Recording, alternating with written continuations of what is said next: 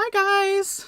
Sorry about the delay, but thank you and welcome back to the Sunday Sewing Circle. I hope you all could join me tonight. Please say hello and where you're from down in the comments down below. But today is very exciting because we are starting on a new project. So today I am working on the Charm Artist Apron, which is from her Patreon. And yeah, so this is basically a nice pinafore dress, and I'm going to be making it out of some beautiful chocolate linen from fabric-store.com. There are basically no mods to this pattern. The only thing I will be updating is I ran a poll on the channel here and had everybody vote because I had loved the inspiration image that I used as a thumbnail. So I've done that. So I've given the pattern a bit of a v-neck. So we're going to see how that goes. But other than that, that was the only hacking I did to this pattern and I'm really excited to see it. So I'm going to go ahead and we're going to start diving right into it. Yeah, so I think we're good to go. So I'm just going to get started. Thank you all for joining us, and please let me know what you're working on this evening. I'd love to hear what you've got going on. Do bear with me too a little bit. I'm just going to mention I'm having some allergy issues, so hopefully I'm not too raspy. I might I might send my fiance Adam here for some tea here in a bit, so bear with me in my voice today, but other than that, I'm excited to get into this project. Hopefully this will be a couple parts this time, so yeah, that's going to be really exciting. Hey Kara, thank you for joining us. Hi Rachel. Hi Miss Teresa. Thank you all for joining me. I'm sorry I was a little bit late. Yeah, I don't know what was up. My audio was not cooperating. Here I go, thinking I got this down pat. But yeah, I do really appreciate you all joining me. All right. So, I came up with a brilliant idea today that I haven't quite implemented. So I did here on this lining. So I've just marked out basically the line that I'm actually going to be sewing on, because you're going to want this to match up exactly where this strap is. So I also marked my darts as well. So all I did was I actually traced myself basically like a pattern of inside the lines. So I brought this over just so you could see.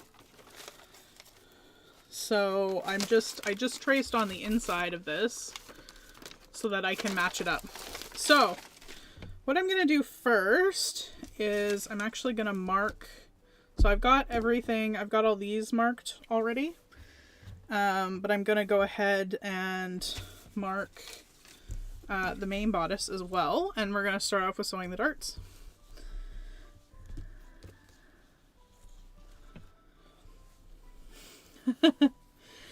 Kara, yes, working on paperwork, so much fun. I feel like I've done nothing but that lately, so it's fun to work on something else. I hope you can get to your projects later. I thought that's what's really nice about this, is it builds us in some time to actually work on these projects. So that you can spend some time hanging out with me and working on your projects. So, hi Carol, thanks for joining us.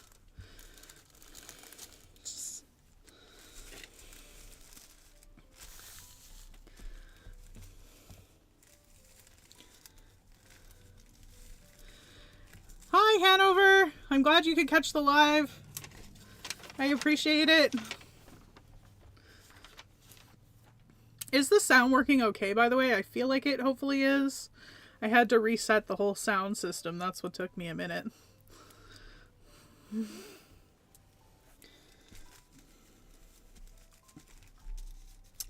All right, so all I'm going to do is I'm just going to mark this Let me just quickly grab my ruler here from behind me.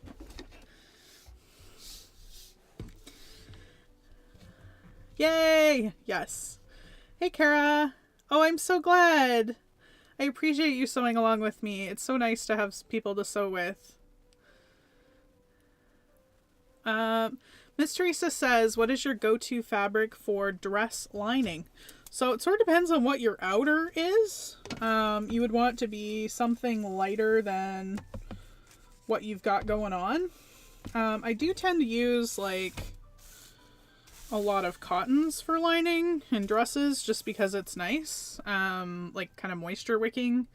But if it's something that you need to slide your arm into, obviously you need something with a little bit more slip, like a rayon. I tend to try and avoid the polyester tearable linings. For these type of ones, I'm actually using the same weight just because the linen kind of needs it. So I'm using the same weight of fabric. I'm just using the white. Or I'll use like a lighter weight linen. So I'll use like linen, but like a lighter weight. Like these are IL-19, and then they have something called an IL-20 that's a little bit lighter. So yeah, forgive me here. Came up with brilliant plans last minute to mark this. Oh, of course you guys aren't seeing any of that. Here, let me move this over. So I found these great. These are water-soluble sort of pencil crayons, and so these are really great on dark fabric. This is like a mechanical version, so I don't have to sharpen it. Sometimes it helps if you kind of dampen them a little bit, just to get them to mark well. That's the only downside to something like this, but and I have this all lined up here.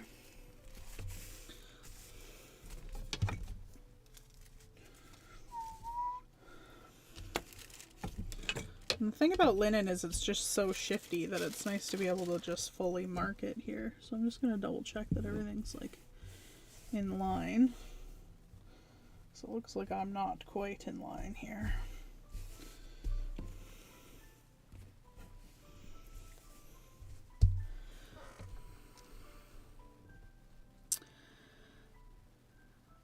I see an adorable plaid skirt on you. Did you make that? Yes, I did.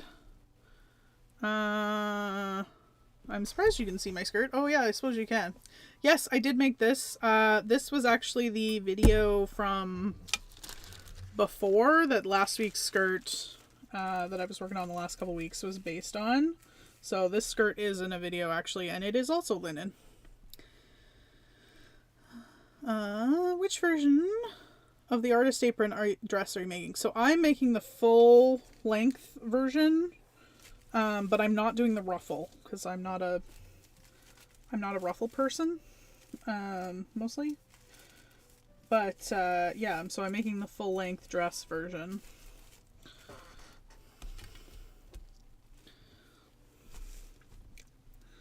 Let me just mark this sucker. Just want to make sure that I'm don't seem to be lining up as well. This is why we do this.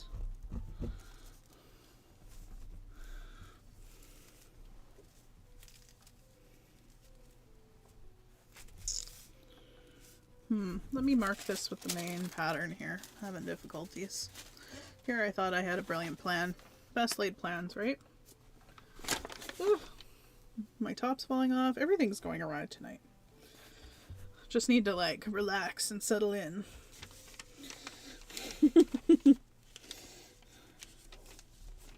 Hope you guys are having a good evening so far. And at least you guys are chilling a little bit more. I feel like I got a little thrown off today. But it's good. Get to just like, again, with this whole plan of like keeping myself to it. So that I am consistently working on my sewing. That is the goal for the new year. Ah, there we go. Okay, shifting around far too much, this linen.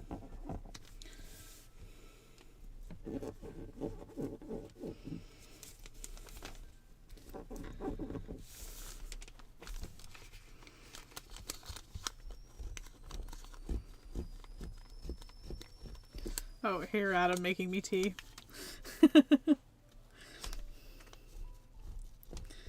Beverage of choice on this evening. Yeah, he's going to be moderating me for a bit tonight, and then after that I'm going to be flying solo, so keep with me if we have any interruptions of girls again. Inappropriate for our audience.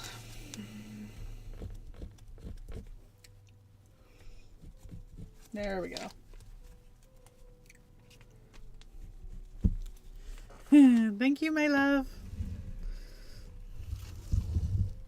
Excellent.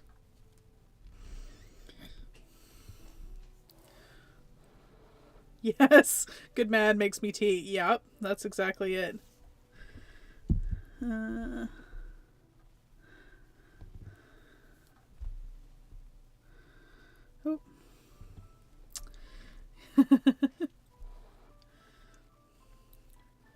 Yes, this will be good.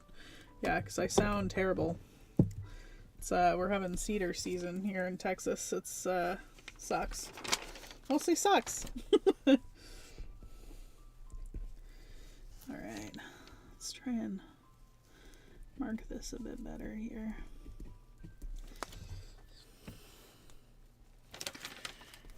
Hey Serena, thanks for joining us. Serena also has a YouTube channel, so Rena, she was on a live today too. So we've been they're talking a lot about these lives. We can block any foul play that tries to get involved. Yes, exactly. That's one thing about YouTube. They are working on their live system a lot, so it's been actually them making it a little bit better has made this possible, and then so they're hopefully working on it so there won't be nearly as many of these as we go. It's already been a lot better than it used to be on live, so getting there. One of these days they'll get it down pat if everyone comes from Twitch. But I'm happy to be here. Alright, we're finally getting this marked here. Brilliant. All the best laid plans. Just do your darts normally, Ashley. Oh well, at least the lining is marked. So I'll probably sew on the lining side when I go to put these together with the straps.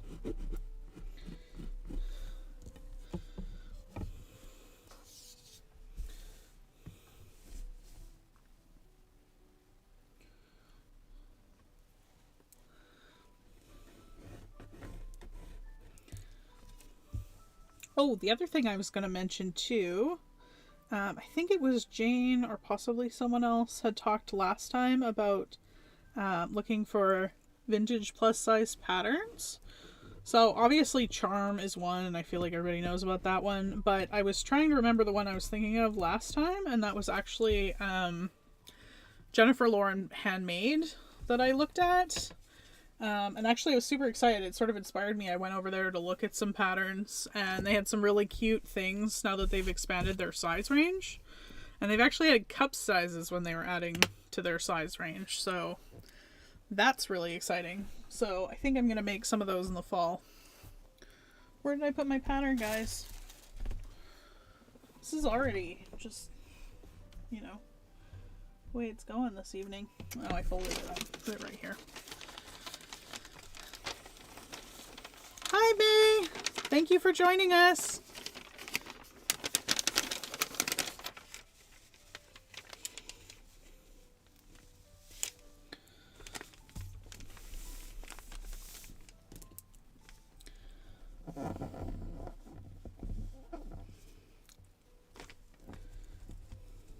It's like riveting content.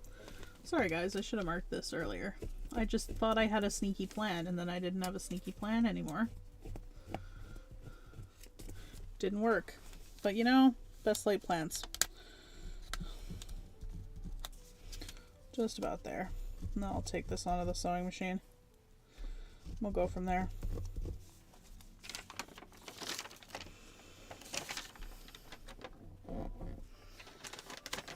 It's always so much harder to mark on dark fabric, so I mean, as much as I feel like these are a godsend, let's just put that No!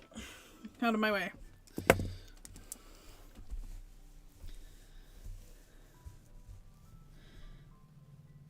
Oh, can you repeat or type in that other site? It was called Jennifer Lauren Handmade.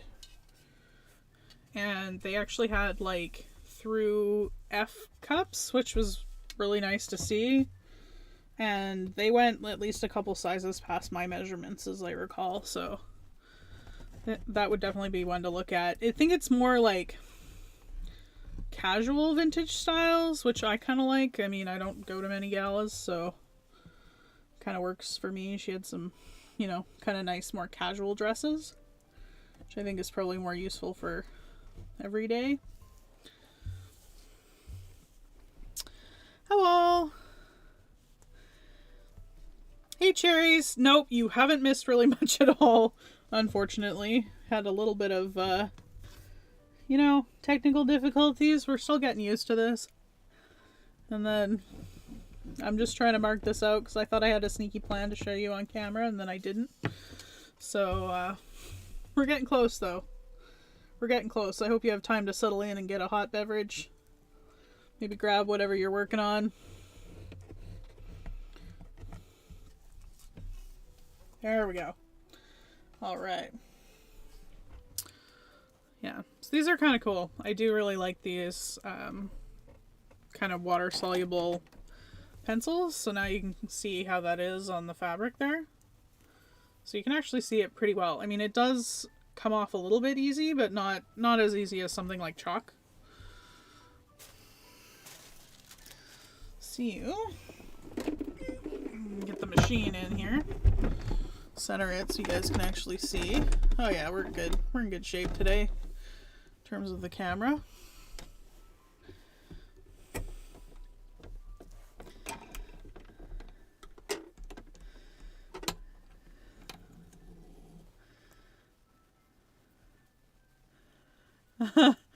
Excited to see the pattern. Totally do finally quiet away from the fam.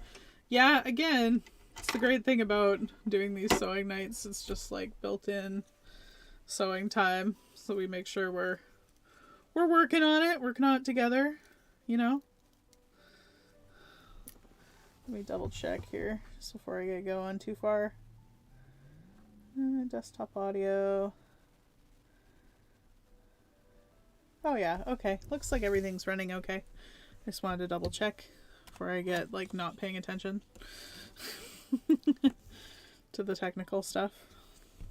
Still have the green in from working on the other one last week. All right.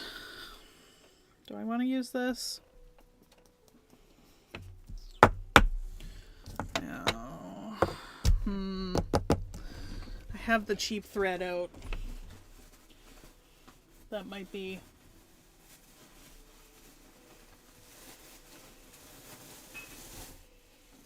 a mistake here.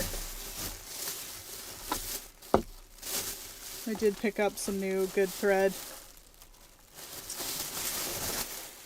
Some other special stuff, but you don't need to see yet. It's all a surprise. But yes, let's use the good Gutermann here. My machine is so picky with the thread. I don't know if you guys have the same issue.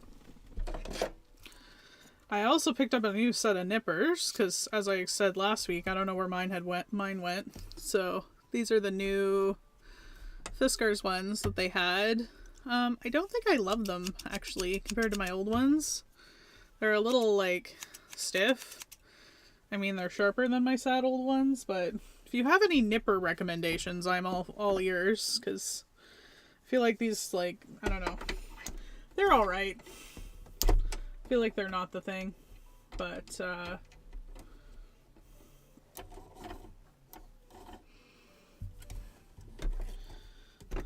yeah, I still don't know where my other ones went. They went into the ether. I think they might be at my friend's house that I sew at, maybe. Or in a bag somewhere or something, because they're probably in the same place that my seam ripper is as well. I had to buy a new seam ripper. So.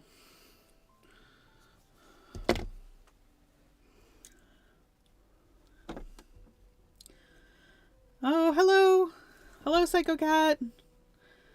Hello, Live to Sew. Thank you. Thank you for joining us tonight, guys. I really appreciate it. Yeah, it's kind of exciting. We're getting started on a new project today. As I thread the machine in the dark. Yeah, I turned the light off on the machine because when we did the test test lives, it was hard to see what was going on when I had the light bulb on my machine. So bear with me here as I thread the machine in the dark.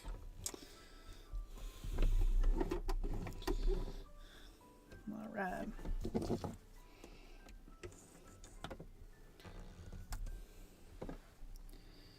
All right. Yeah, I don't know. I've had the other ones for so long, these feel wrong.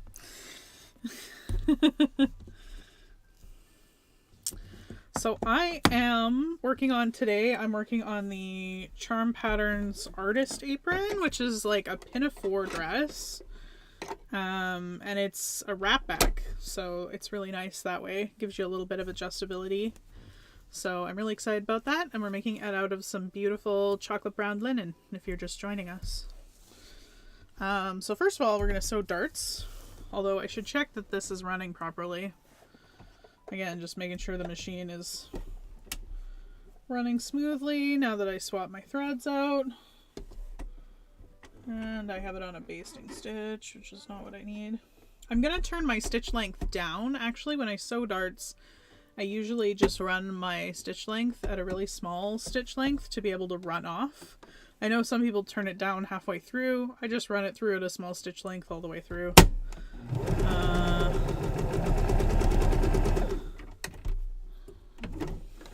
Yeah, looks like we're good. Looks like we're good. Beautiful. We're not skipping stitches or anything. Perfect. Yeah, that would be the worst if the darts were not a good thing to start off with. Alright. So, I'm just going to do a little bit of pinning. Let's do the lining first. Do the lining first. The least amount of...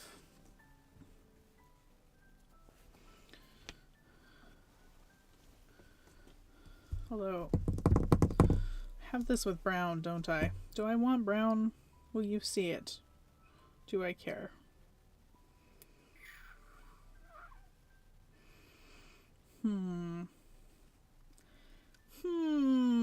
Guys, should I switch to white thread? Let's do the brown first. I also have to do some interfacing here before we do things.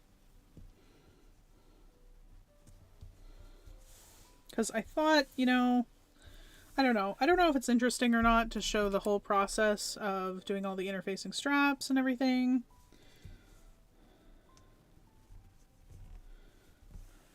I do really love making the straps, though. That is kind of the fun part of this, because there are so many.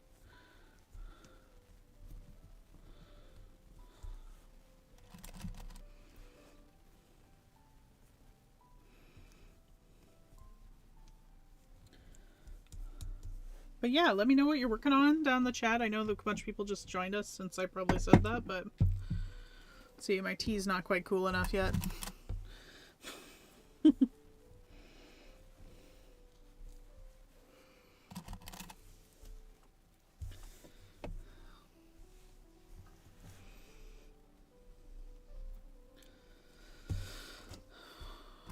Well, let's maybe throw in a couple more things. Can you guys see? I feel like you guys can't see what I'm doing here. It's sort of hard to see on this dark fabric. It's not black, but it sure looks like it on camera, doesn't it? Well. So usually when I'm doing darts, it depends. But I think one thing, like my darts are so big that I find it difficult to sew both the side darts and the bottom darts, like pin them both at the same time. I find I don't generally have good results with that. So often I'll like pin the sideways darts and then pin the up and down darts just so that we don't have any issues of it wibbling around. Especially in a linen like this where it's already wibbly.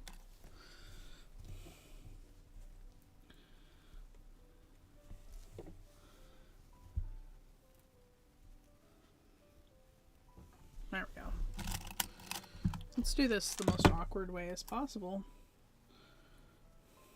You know, we're still getting there.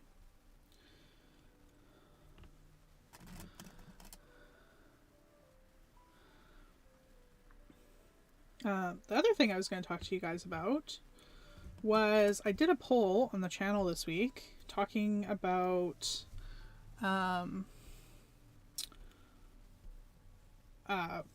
which pattern like maker designer you use the most.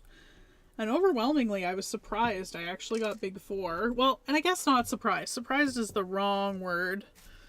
I was still surprised to hear that the majority of people are still using it, even in my community where I'd say people are plus size.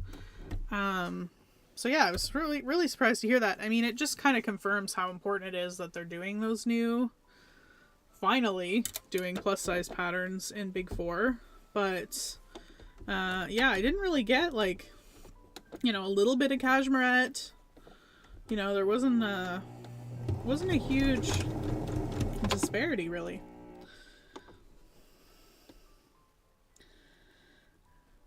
Oh, Cherry says I'm the laziest thread changer. She's in the middle of making a shirt for her brother. Would rather be making a pretty dress for me though. Yeah, exactly. Yeah, Serena says they are the most accessible. Yeah, no, they truly are, and I know that, but I was just surprised. I mean, I guess that's why so many people want to learn to grade, but I was surprised even in my small community here that would still be the answer, even though they really don't make plus size. They just started to the last like 6 months or so. So I mean, there's a couple older patterns that go up higher, but not really, to be honest.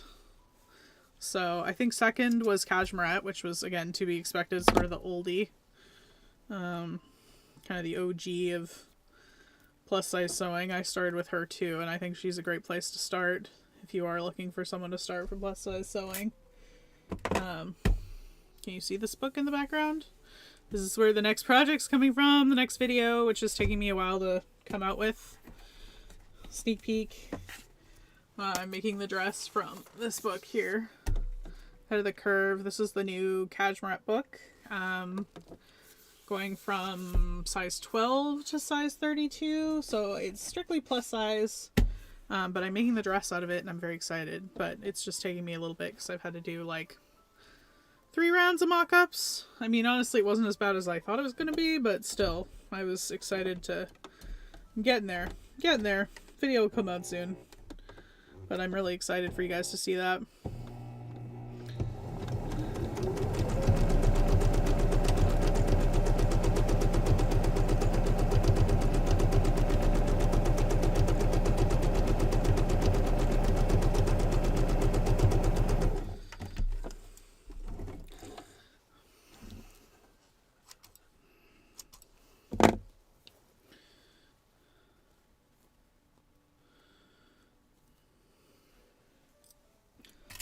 So all I'm doing, was I paying attention? So all you want to do here, it's going to be hard to see dark on dark, but, and I went a little far. What I like to do for darts is you just sew right off the end there. Can you see? Let's see if it'll focus. You sew right off the end there, and then leave yourself like a good bit of tail. And then what you're going to do is you can just tie off your dart so that you don't get that little ripple, bump, lump on the end here. If this would ever behave. Ah, there it goes. I just break a nail. I made cheese. I broke a nail earlier today. It was very sad. Break a nail before stream. How sad is that? But yeah, anyway, long story short, the reason I was partially doing the poll is I was looking at what the next projects might be for these live streams here. I've been thinking about doing a blouse of some sort.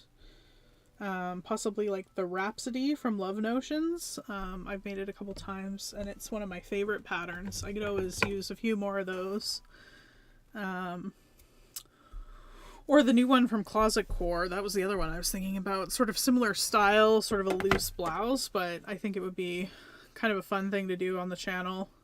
Just because it is so accessible and I feel like you could have so much fun with the pattern.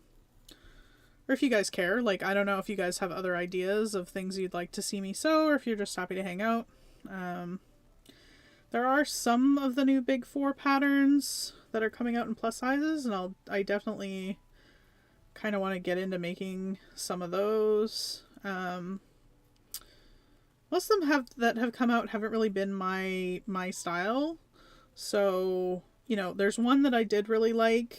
But I think I like the charm pattern version better. That's similar. There's a couple.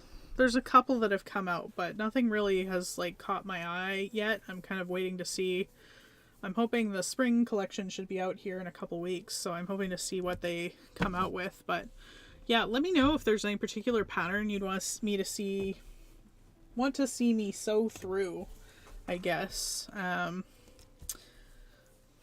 you know, if there's anything particular you would like to see, because I'm all ears for that, because I've been trying to decide what the next couple things will be here.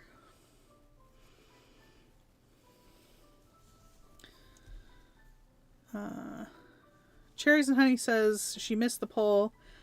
Find it difficult to get Big Four in my area. Most shops are in the suburbs. I use Gertie mostly. Found Megan Nielsen patterns pretty much out of the packet. Yeah, it's always good when you can find something that fits you right out of the packet. It really makes you biased. You know, I think that's why I have been making a few more of the charm patterns, honestly, because the new block fits me really well. And sometimes you just want to be lazy and not make 17 adjustments, so, you know, there's that. But yeah. No, I get it. I don't sew a ton of Big Four anymore. I used to when I first started sewing, just because it's what was accessible, but there's only like a handful of patterns that actually come in my size. So it was a lot of grading and frustration, which I don't put myself through anymore because there's patterns in my size. But it's been nice to see that they're actually coming out with patterns in a 34, which is actually even like a couple sizes beyond me, so that'll be nice that there's actually plus size patterns, because if you didn't know, Big Four is like 24 is like, you know, very small. It's not actually a 24 in the slightest. Their block has stayed the same, I think, since like the 60s, so, you know, and vanity sizes have kicked in since then. So I did have a couple people mention Love Notions. I just wasn't sure how many people actually sewed those. I know there's a lot of ambassadors for those patterns here on YouTube, so that I wasn't sure if it was like biased based on, you know, people that are on YouTube, because they have a lot of paid ambassadors on here. And then the other one that was mentioned was Pattern Emporium, which doesn't actually go to my size. So those were the couple other that were mentioned in the comments. You say you're pattern averse. You should try it. I mean, the patterns really do help. I still don't sew without patterns. I think that's the hardest thing to do to yourself, honestly. Because depending on the stretch percentage and the seam allowances, I don't know. It's actually the hardest thing to do, which is rub off ready to wear, and I think it's funny that a lot of people start with that as their first project, and I'm like, literally, that's the hardest thing you could do, is to try and knock something off and get it right.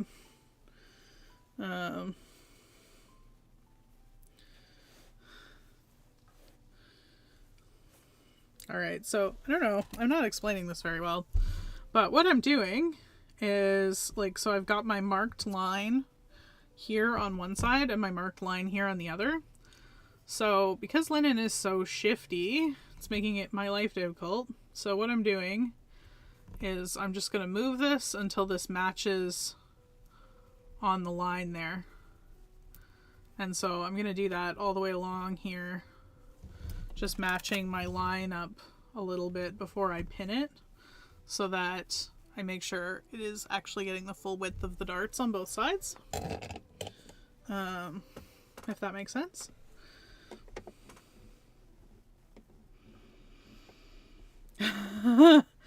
First project was a bootstraps dress form from 2 years ago and you're still recovering. Yeah, don't...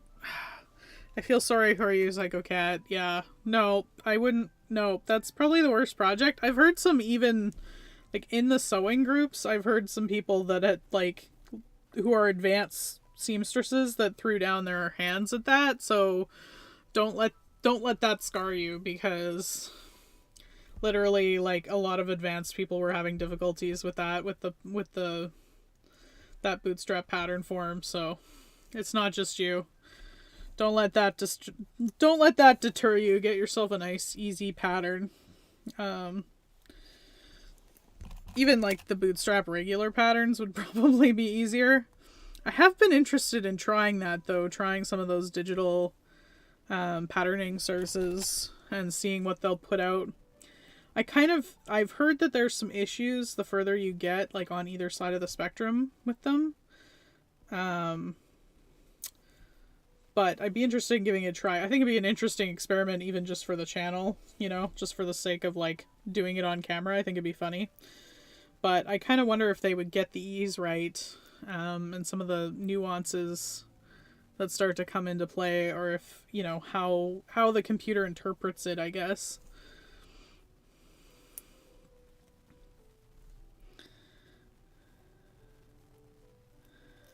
It was a lot of fun. I love my dress form.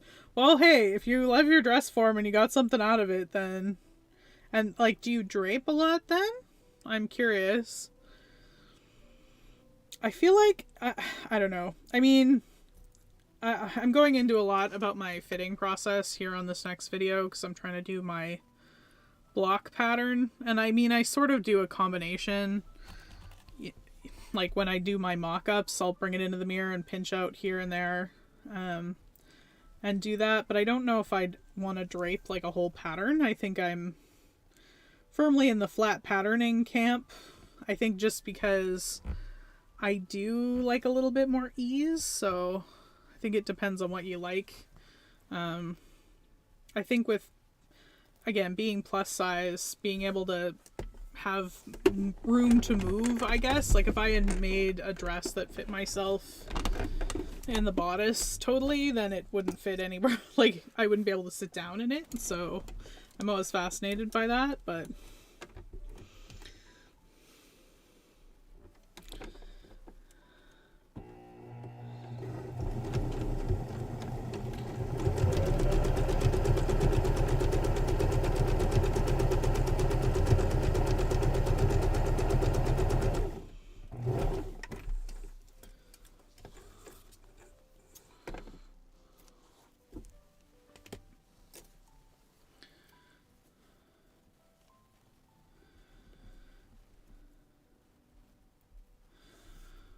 Oh, new sizing you get them in. They'd sell at $18 or $35 Canadian.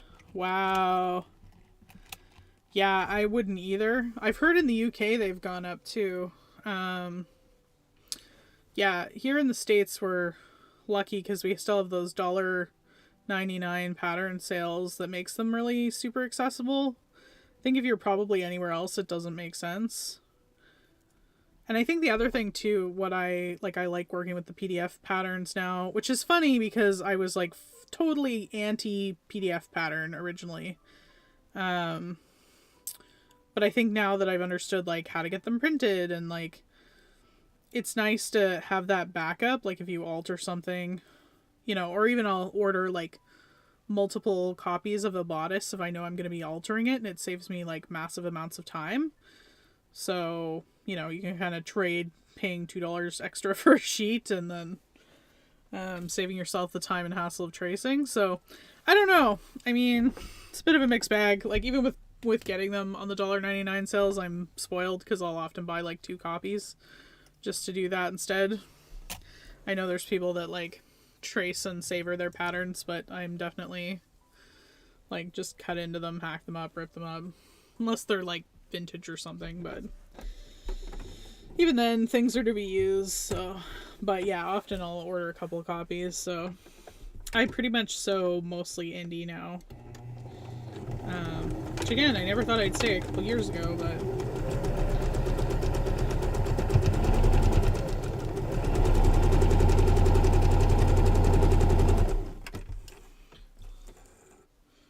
It's just like they have the sizes. You know, Cashmerette and Gertie has bust cups, which saves me a whole nother hassle of trying to do a full bust adjustment from a B cup to a G cup. So, you know, very, you know, it makes life a lot easier when you don't, it's like, oh, this is how normal people learn to sew. It's like they just have to like cut into a pattern and sew a thing up. Wow, this is fantastic. No wonder people can sew garments so fast.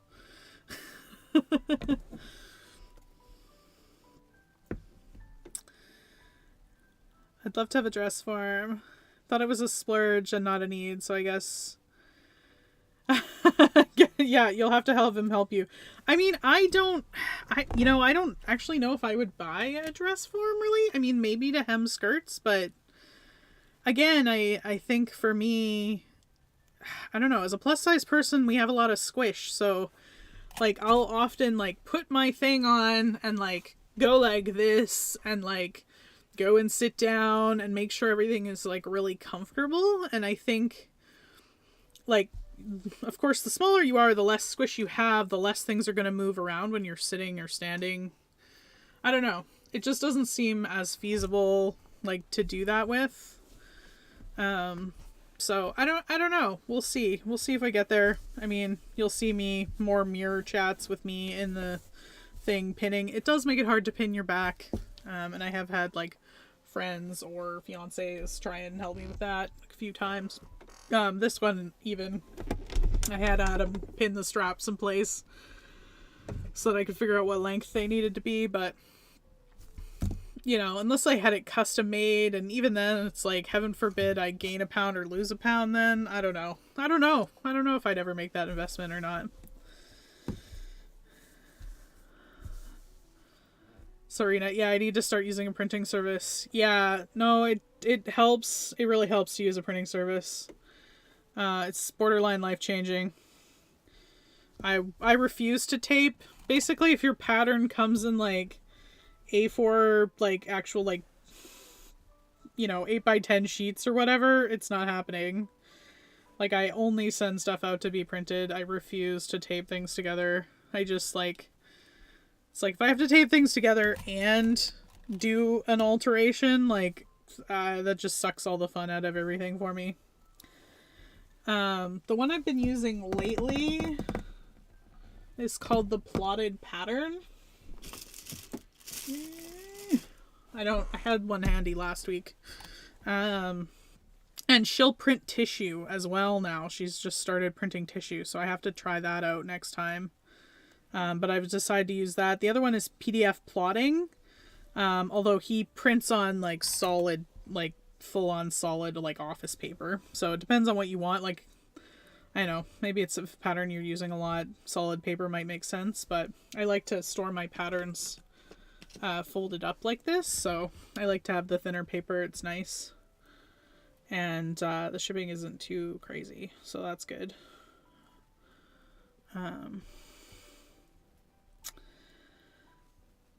Yeah, I'd like to use one that I can pad to your size. Yeah, that would make sense.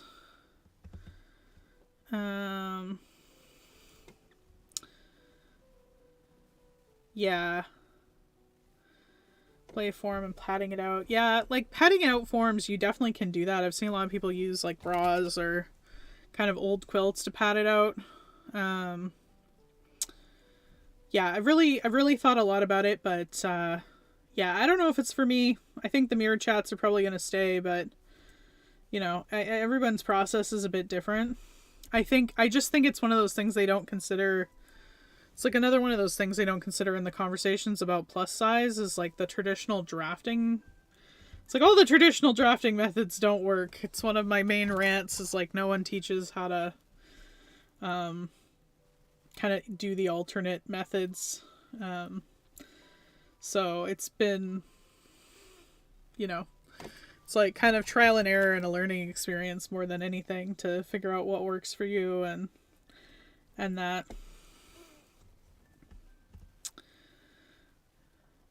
You need to finish your blocks so it'll make everything easier. Yeah, so Kara, yeah, that's what I'm working on right now, actually, is doing a bodice block, like refining a proper bodice block, and that's why it's taking me so long to get out the new video.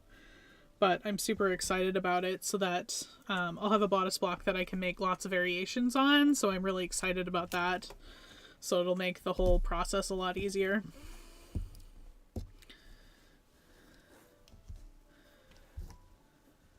Yeah, you made your dress for me. She wanted to try draping. Yeah. Yeah. I think, I don't know. It's like I would like to try draping, but I already know I make things too tight sometimes. And then you like go to sit down and you're like, I hate myself. So I don't know. We'll see. We'll see. I do think it'd be fun to try draping though. But I know my measurements fluctuate a bit, so that makes it a bit challenging at times.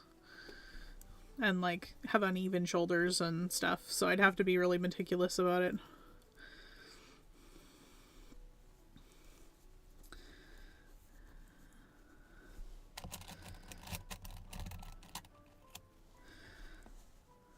Oh, yeah.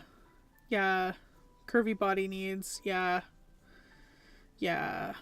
Yeah, I've been dealing with some, like, yeah, not getting into it too much, but I've been dealing with some hormonal things, so things, we haven't been in camp stable for a bit, so, you know, puts anything like that off. I was even, you know, I've sat on making this block pattern for a long time because of it, but, you know, I really think it'll be easier to, like, do up a block pattern or not, and I think, you know, there's a lot more, like, I can build in more adjustability and wiggle room and stuff I make myself, so, and if the waistline is in a better place that's actually, like, the right place on my body, it doesn't change as much, which is nice, so, yeah, I think there's a lot of things like that. Although, what am I doing? I was going to switch thread, but I was also... Maybe before I do that, I will do some of the interfacing stuff that I was going to do. To show you guys.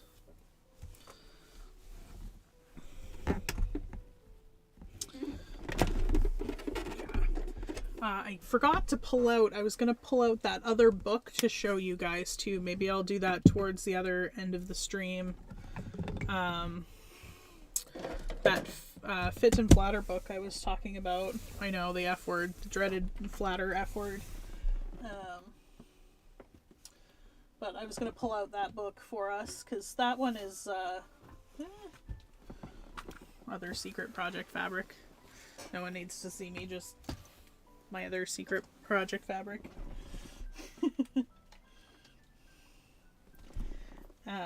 Yeah, so I was going to pull out that book later to show you guys too, because that's really great because it actually has like an ease chart for the different sizes depending on what you need, and that is kind of part of the reason I kept renting that book over and over before I bought it, was that ease chart is just miraculous. Because it really does help, because things that you wouldn't think of, like they tell you, like in some of the drafting books, they tell you like to back off 1/2 inch from a dart. If I backed off 1/2 inch from a dart, I'd have like a complete bullet boob. So it's just things like that like I think that the average drafting person doesn't take into account.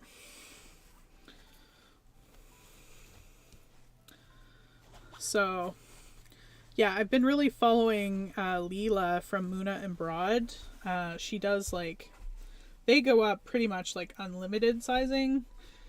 And she's teaching actually at Parsons, which is my old alma mater, but which is exciting. So she's teaching in the fashion school there, and I'm like kind of hoping, you know, the further we go with these discussions, it's like you could get me going and I could be on my soapbox all day, but you know, it's one of those things where it's like they don't even explain how to draft some of this stuff. So, and like do some of this properly, like there's such limited resources.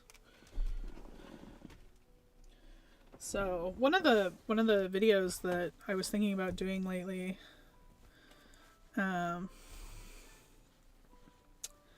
was like talking about how to do like a full bust adjustment. And I was like looking at it and I was like reading some old things, like again, like the proper like drafting books and some of the technical manuals I have. And I was like reading it and I'm like, so my process is wrong according to all these books, but it works. So I'm like, I don't know, should I share that? I feel like I need to share it just because I feel like there's probably a lot of people in my same boat and I've figured it out at this point, how to do it properly. But you know, I just laugh about it all the time. It's like, is it correct? According to the manual, no, but the manual also only goes up to like a size 12, so.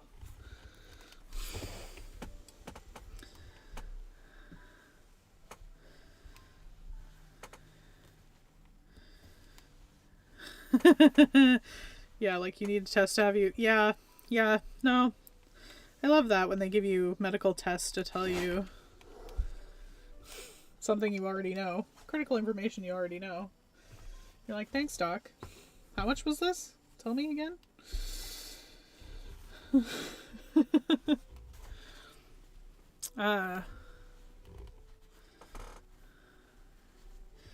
Your husband doesn't want me to make him clothes. He doesn't mind quilts or bags, but doesn't trust me with his garments. Yeah. I don't know. I think my fiance, I've only made him a couple things because I'm selfish, but he does really like the things I make him, so I think I will have to make him some more shirts and things. I made him the apron from Helen's Closet that they had, and actually that's a fantastic pattern and it's free if anyone's looking for an apron pattern while we're making me my other sort of apron. Yeah, that's an excellent apron pattern because it even adjusts for height, so you know he's pretty tall, so I was able to adjust it for him. So it's got like lengthen, shorten lines and everything. It looks like, it seems really comfortable, so, and he says it is. Just watch me do things I'm not supposed to be doing. Well, I thought I had you full. Yeah. Now I've overfilled it. We're good. So I have some interfacing here in this pile of shame. Pile of shame. So, but I was going to talk about it because so they've changed the interfacing, unfortunately, as we found out. So my friend was going to kill me because I was like, you need to get woven interfacing. It's the best. And she was like, what? And then she got it and she's like, it made my project all wrinkly. Well, it turns out that recently they've changed the woven interfacing so that it's made out of cotton. So I actually had to wash and dry this interfacing so that it didn't wrinkle when I have used it, because they've changed it from polyester to cotton, which is kind of good, I guess. I'm always happy to not have polyester, but it was a little bit without warning, actually, because it was like the same type and the same number and everything. So just keep your eye out if you buy some Shape Flex. I think it's Shape Flex. Did I leave the package out? Ah, yes, I did. Oh no, this was the unwoven, I think. It's the woven fusible interfacing is what I'm talking about.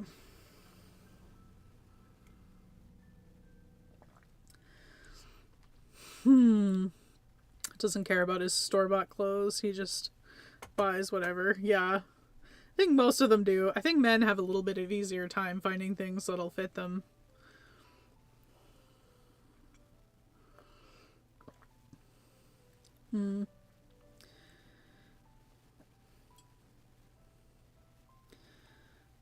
I get my clothes. I'll come around. Yeah. Sewn all my life, but fairly new to garments. Yeah, I've been getting that a lot from a lot of people. I think we've had a lot of new people coming to sew garments, which is very exciting. Very happy to see it, of course. I did actually run it through the dryer, Carol, this interfacing, which is another reason why we're doing this now, is because I had to wash and dry it today when I realized that I had the new one. But yeah, it goes through the dryer just fine, which was sort of miraculous, but then we need to, now that the iron's hot, give it a good bit of steam here. I don't think it's hot enough to get it to melt it, although I didn't run it on very hot through the dryer, just regular. But it still seems to fuse just fine here. I did it the other day on another project, so I knew this worked, but yeah, my friend was like, what are you talking about? You ruined my button band. It's like, no. It's like, I felt bad because they'd changed it. But again, not unhappy to see that it's cotton. It's just good to know that they changed it. It's like, would have been helpful. And it's funny, I talked to my sewing group about it, and there was a couple other women that had that issue, and she's like, oh my god, I just had that happen the other day. So I thought I would mention it because apparently we're not the only ones. So,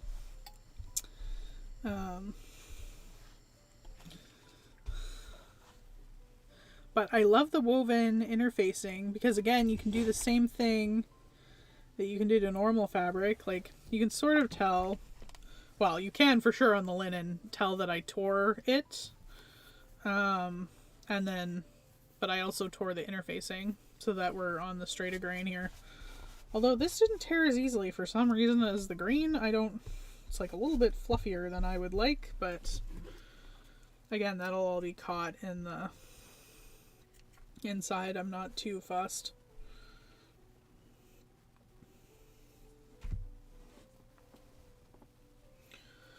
Not too fussed about that.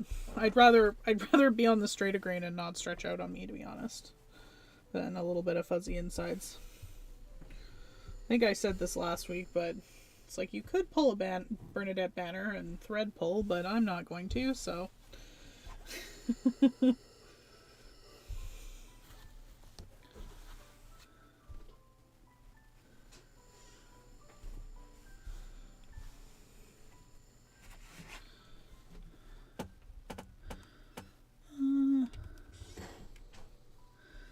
Yeah, so it didn't, I was surprised. I did a test, so it went through the dryer just fine.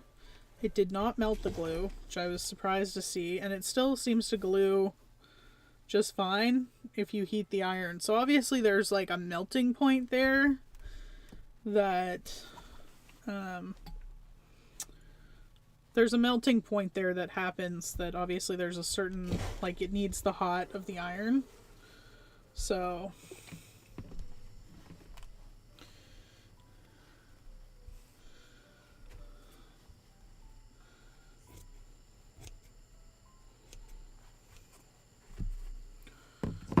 scrap for a button or something. But yeah, let me know. Looks like we've got some new people in the chat, so say hello down below. Tell me what you're working on. If you've got any fun beverages of choice. Got my tea here my lovely fiance brought me, who's moderating tonight. I think so our dryer sucks, but it's, I just dried it on like our regular normal setting, which is pretty low heat. It's not like super high heat, but yeah. I just threw it in with the new fabric and it was fine. So, and it doesn't stick to anything. Sort of a miracle. The whole thing's sort of a miracle, to be honest. Let's ironing it the wrong way. Ashley, that would be bad. Such riveting content is ironing.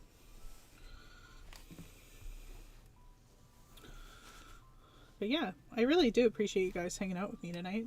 It's, you know, always a lot of fun.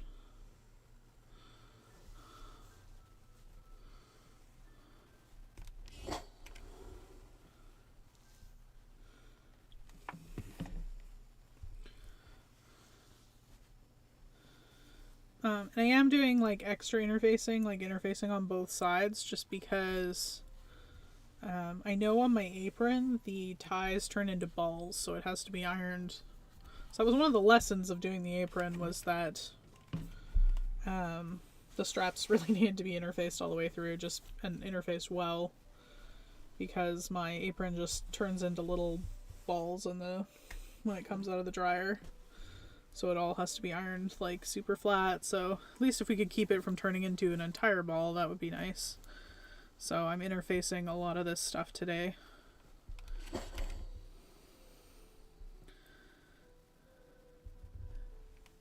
Hung it over a shower curtain rod. Next time I'll try low heat. Probably helps to shrink it even more. Yeah, it did seem to shrink quite a bit, just because it is 100% cotton. I think it probably... It seemed like it shrunk a lot. So the last time I did it, I think I got 3 yards and it ended up being like 2 and some. So I think we probably have a good like nearly 20% shrinkage happening. So I would give it a little bit of heat when you're trying to shrink it, like most things. I don't know. I'm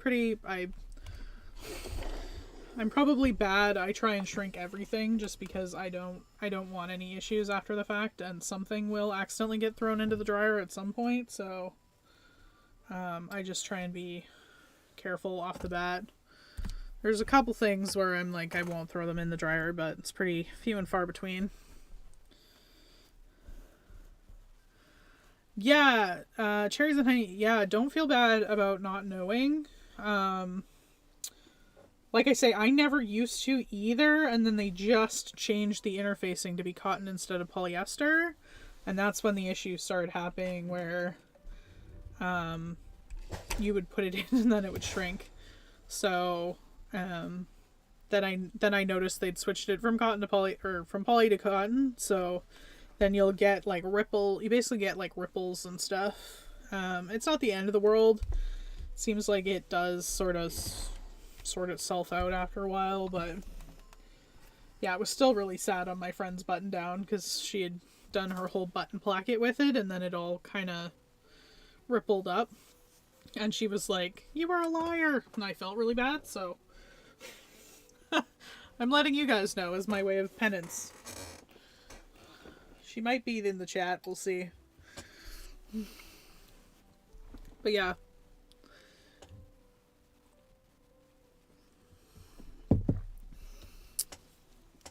Where'd my other interfacing piece go?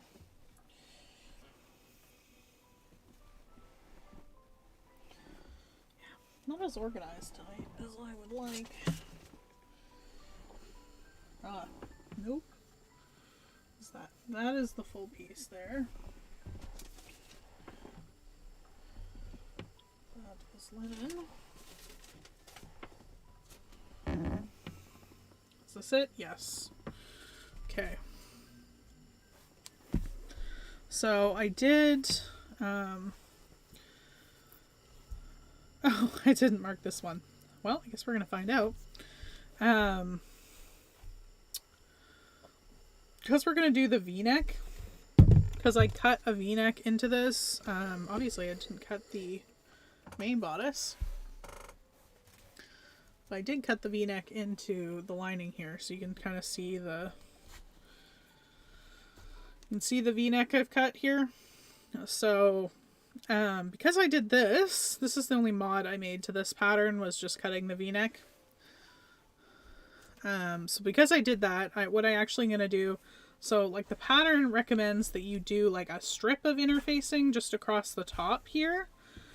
But what I've decided to do is actually cut out, so I cut out the whole piece here. And I'm just going to, of course I shouldn't have sewn these darts before doing this. Oh, I remember what I was going to do now. Okay. Yeah, okay. I was going to sew the darts and then be able to press this all at once. That's why I did it that way. So I'm going to get out my trusty ham here. This is an old school sawdust ham, actually, that was my Nana's. That she actually made this, so it's one of my prized sewing possessions is this ham, as weird as that is.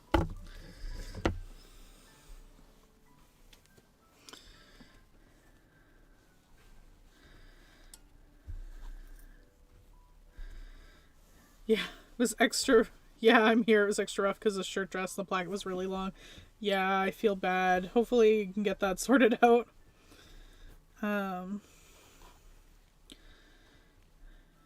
Yeah, you always wash your fabric as hot as possible. So when you inevitably wash it on too hot, yeah. Yeah, that's my motto too, because it's happened more than once. So when it inevitably happens, at least like it's not dying. Preferably that doesn't happen all the time, but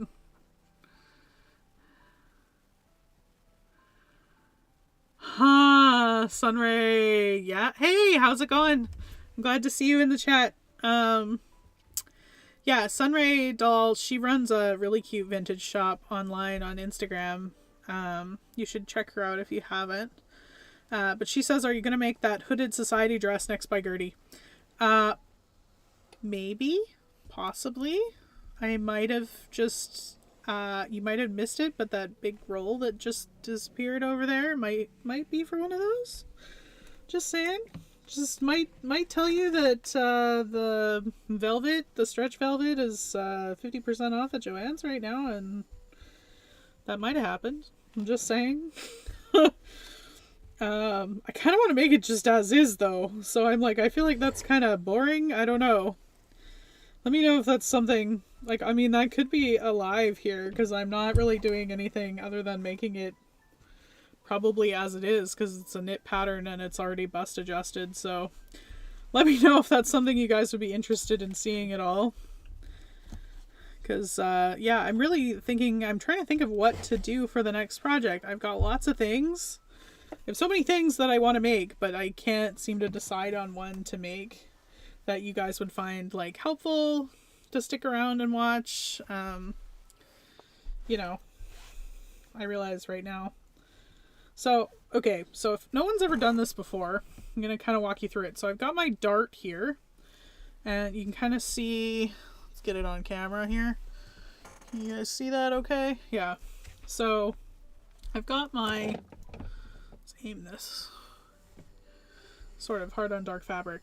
So I've got my ham and I've got my dart sort of in place, and so I'm going to pull this until my dart point lays flat. So you might want to try and like angle it a little bit. So for me, I'm probably going to go in a couple stages just because my dart is so long. And you're going to make sure you want to give this like lots of steam. So this is kind of important for setting the dart initially, so that you can get like, you want to try and get this point flat. So again, that was sort of the point of tying off that dart to begin with, was to get it nice and flat. And then as we work around, use kind of the curve of the ham here, kind of slap it a little bit. There we go.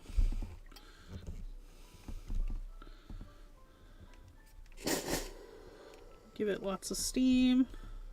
That's why it's nice to have like a proper ham that's made out of sawdust, because the sawdust sort of absorbs the steam. Kind of puts it back in the fabric there. All right, I'm just gonna chuck a pin in there in the end here, doing it in the most awkward manner possible, but so then that way you can kind of see there how that's really smooth. You can barely see the dart there. So that's kind of what you're after. And then you can see the one below that I haven't pressed yet and kind of tell the difference. So it really does help when you're like first putting in your darts to set them, so you get this nice smooth finish. So it's worth spending the time to do this. Again, I realize this is probably like riveting content, but it's actually super important to do this. So that you get some nice darts. And you can just like kind of like, I don't know, I always end up going slanted, but you just sort of slide it around until you can get like good tension on your dart end to get it really flat.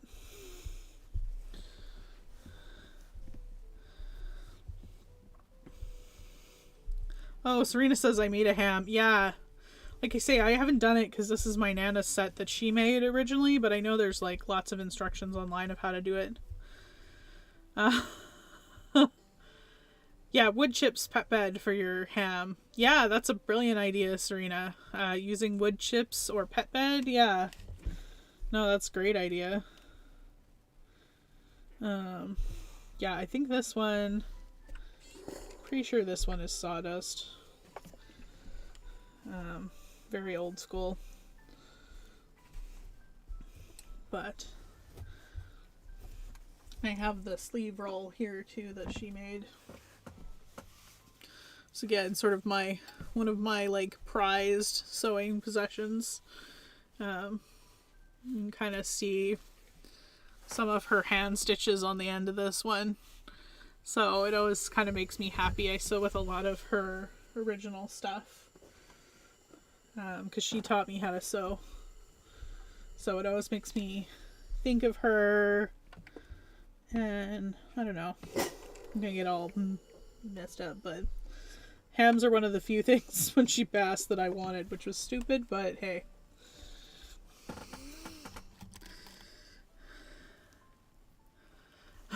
Serena, that dress requires so much fabric. Yeah. Yeah, I know, it does. I probably... Just so much fabric. I don't know. I mean, I have fabric sitting here that I can make the short version first. But then, like I say, when they had the fabric 50% off in the color that I wanted...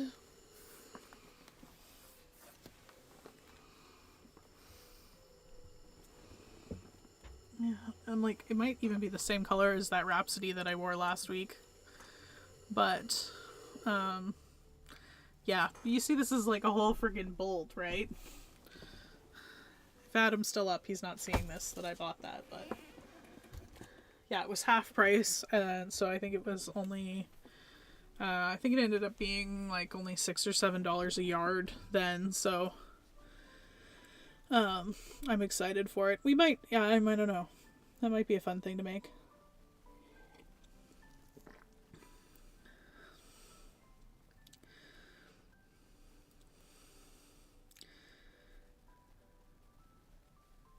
Didn't want to buy sawdust because we have a saw, and I was like, no way.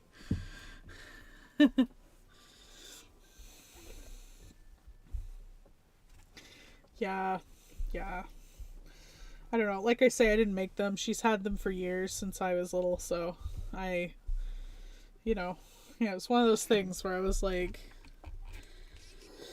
they were like, what do you, like, when she passed, it's like, what do you want? I'm like, I want the hams. Silly, but reality. But yeah, just making sure you get it like nice and flat and pressed out here before you set it in, so that you can get it really flat. Lots of steam. This is like, again, seems minor, but will help every time. I don't know. It's like it kind of remembers if you do this properly the first time. It is almost like it remembers when you set it really well. It's just one of those things. It's like super important step, especially if you have a large bust. There we go. So yeah, you can see the shark fin. That's a perfect angle for that. Keep it perfectly smooth. Then I'm just going to fold that away. That's nice. Landed on the right angle the first time.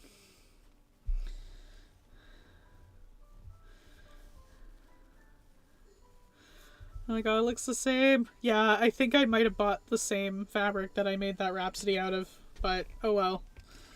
I'm excited. I almost feel like it'll be a fun, like, lounging around in giant hood dress thing in the wintertime. Like, I almost think that'll be fun. It's like a giant sort of like glamour hoodie, but we'll see how soon we get that done. I might do it sooner rather than later. I have a secret trip coming up, but we'll see where we get at with that. I haven't been as productive as I would like lately because my work's been so stressful, so. But we're getting there. We're getting there.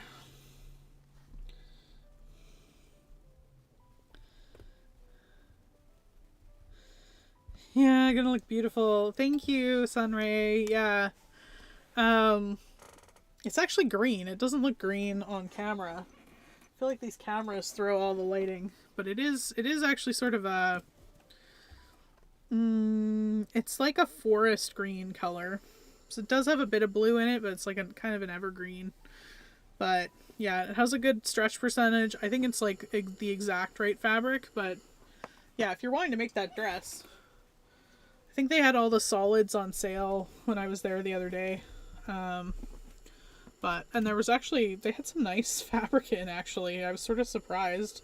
There was a few things I wanted, which doesn't happen very often with Joanne fabric, actually. So usually it's mostly quilting cotton. Might be that they've recently renovated my Joanne, so they're actually bringing in some proper apparel cotton now, apparel fabrics now. They even had some rayon. I was like, what world is this? So there was actually a few pieces I want. I might have sent Serena one. That was beautiful and kind of over the top that I wanted. But I have to decide if that's what I'm doing. Alright, so this is perfectly pressed. Piece 1. Yay! So, piece 1, done. We are done. Like dinner. It's gonna sit over there for now.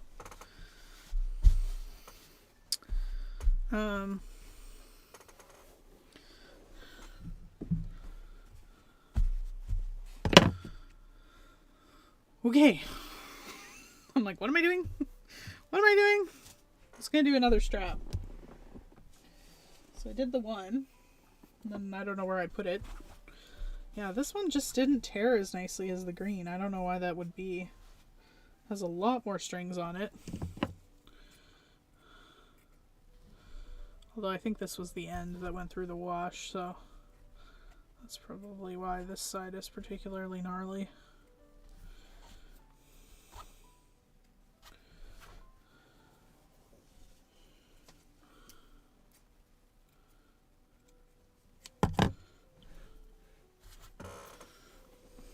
But yeah, looks like we, again, have a few new people in the chat, so let me know what you're making, what you're working on. I'd love to hear all about it. I'm trying to pick up some ideas for what I want to do here on the live for the next little while. If you're lurking, that's cool too, but I always love hearing from you guys, especially while I'm working on the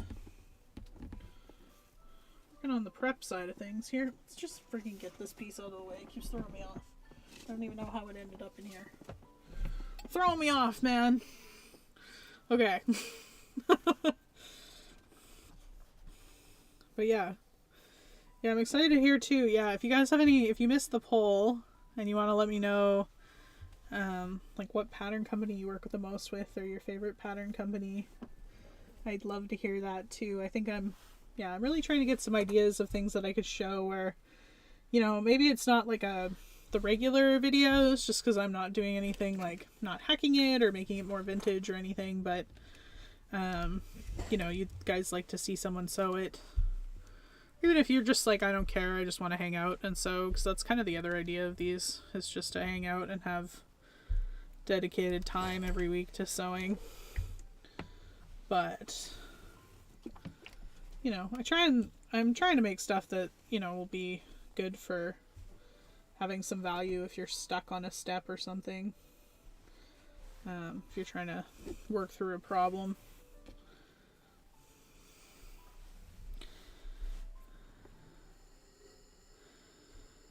After seeing Nicole Rudolph's video, I want to make all the fancy Renaissance robes. Yeah, no, exactly. I did watch her video. I have been... Yeah. So I'm going on this fairy tale trip that I'm very excited about. And so I've been looking at a lot of stuff like that. Like she was talking about the artistic dress movement and that era of clothing. And I was absolutely obsessed when I was in my undergraduate degree with the arts and crafts movement and the artistic dress movement. And it's funny because I've been looking at a bunch of those photos lately and thinking about, you know, as I'm going into this like fairy tale trip, because those Victorians, you know, they friggin' rewrote history, and kind of what we think of when we think of fairy tales is actually like their idea. So oh, I got this a bit crooked. Hold on, hold the phone. Had it a bit crooked here. New. Oh, thank goodness. Okay, straighten that out. Getting too excited, too distracted.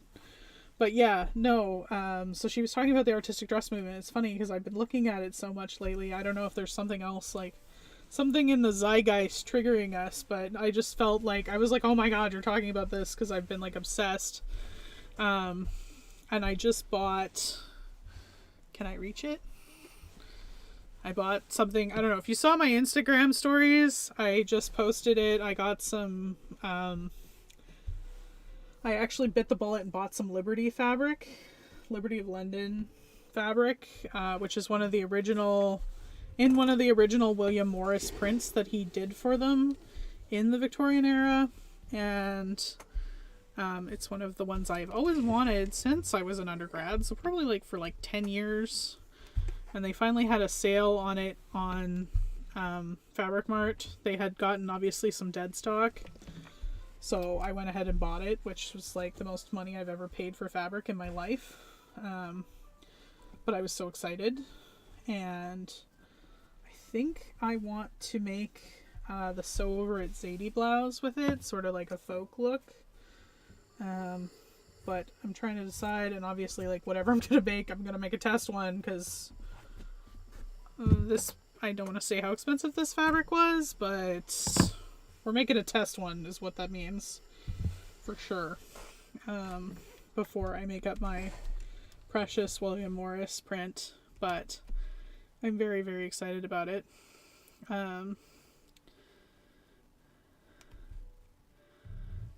Oh, Sunray, yeah, recently bought a bunch of folklore patterns to make some fairy tale stuff. Yes, I'm very excited. I want to do some stuff that's sort of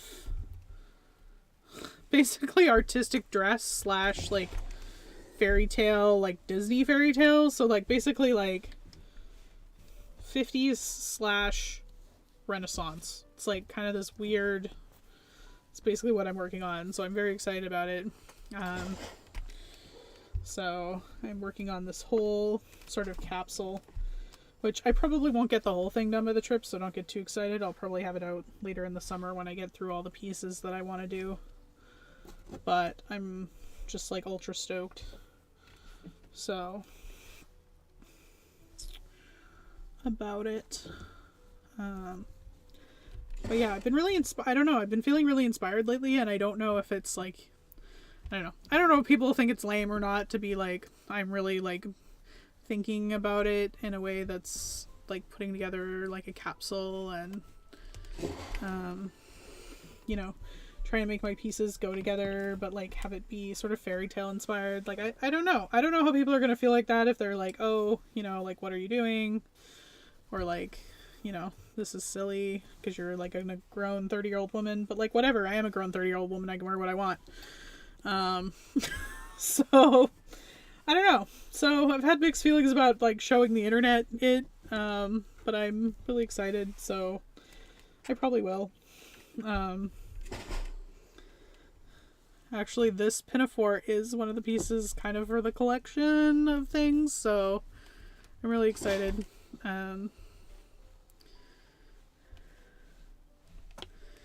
Oh, thank you, Live to Sew. You saw my Liberty? Yeah, I might have to pull it out. It's like sitting like right there, so I might have to pull it out and show you guys while this cools. Which folklore patterns did you buy, Sunray? Or did you buy just like some folk inspired stuff?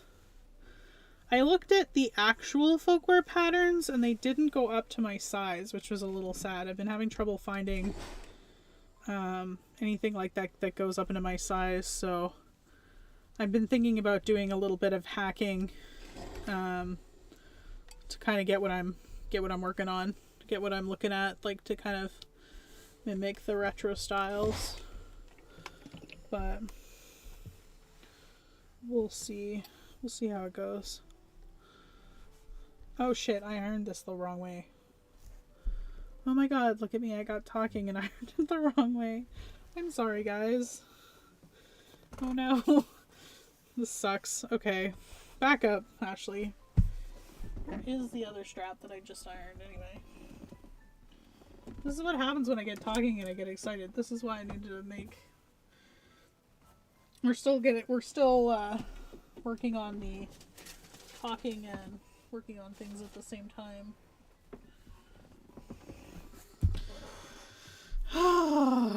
So sad. So sad. I have to press it the other way, which is difficult because it's got interfacing in here.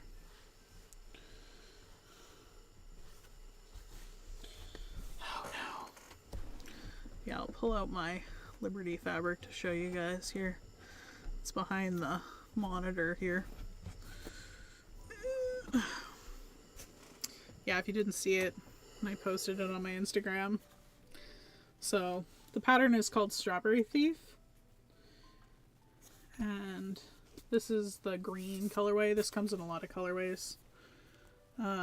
It also comes in wallpaper. See if the camera will actually pick that up. But yeah, it's a cotton lawn. I just washed it. It's just like so nice. It makes me want expected fabric so badly. Because it's just so nice. Like, I've never felt cotton lawn that feels like this. It's like such a tight weave. I don't know. It's like, oh no, this isn't good.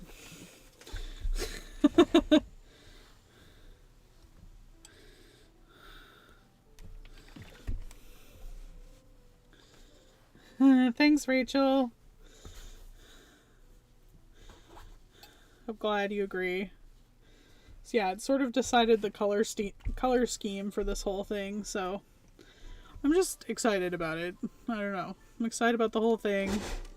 I've been looking at a lot more like historical dress inspired stuff. So I want to be... But yeah, I did really like that Sew for Zadie blouse because it sort of feels folkish. And I haven't made one of her patterns in the new plus size range yet. And I'll have to do a bust adjustment on it, so definitely will need to be made up in a mock-up and probably a test version before I go further with it, but oh, I'm so annoyed that I sewed this or ironed this the wrong way. Sorry guys. I feel like we're using up precious time today interfacing. But this is going to be going over the next couple weeks. I'm going to be working on this, I think, because I probably, judging by tonight, I didn't get nearly as far as I thought I would. But makes the best PJs. Wow, that's some fancy PJs there, Kara. I don't know if I... You know, I'm a $10 nightshirt person. I haven't quite given up into actually, you know, I really do want to make myself some nice PJs, but I don't know if I'm ready to commit like Liberty prices to PJs yet. What magical place sold this? So I got it from Fabric Mart, which is in Pennsylvania, but I ordered online. They mostly do dead stock. So you can get a lot of like nice designer fabrics from them for like really reasonable. Because that's the only way I would probably buy this fabric. Well, it is the only way, because you can buy fabric from Liberty, other places, and like from themselves, but I don't think they have any of the Strawberry Thief left. They do have a couple of other prints, I think, of the Liberty still on their site. But they didn't have any more Strawberry Thief or anything, because I was like half like, should I buy another one? Which, thankfully they didn't have any of the older prints left, but yeah, it's Fabric Mart. I buy a lot of fabric from Fabric Mart. Most of my like outer fabric, I guess, like non-lining fabrics, I get from Fabric Mart. Because they have a lot of, I've been pleasantly surprised by most of the quality. It's either been, most of it's been better than what I expected it to be, so that's always nice. And I've been able to get some, like, I got some Ralph Lauren fabrics. I have a few other like mystery designer fabrics that I got from there.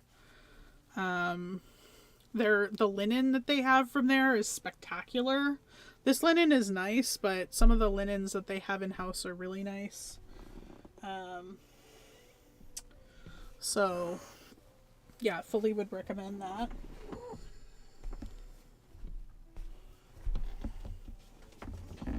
Alright, we got one more piece.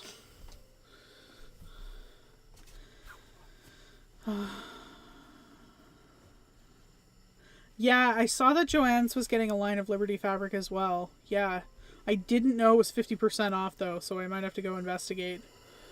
Yeah, I did hear that they were getting a certain amount of Liberty in at Joann's, which is like, what? Again, what universe is this?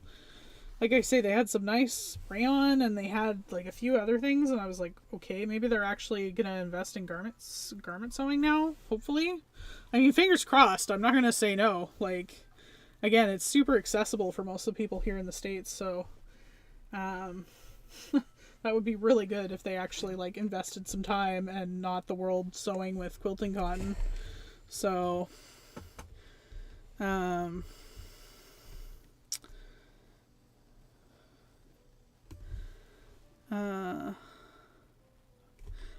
didn't know that Robert Kaufman did either, so that's helpful.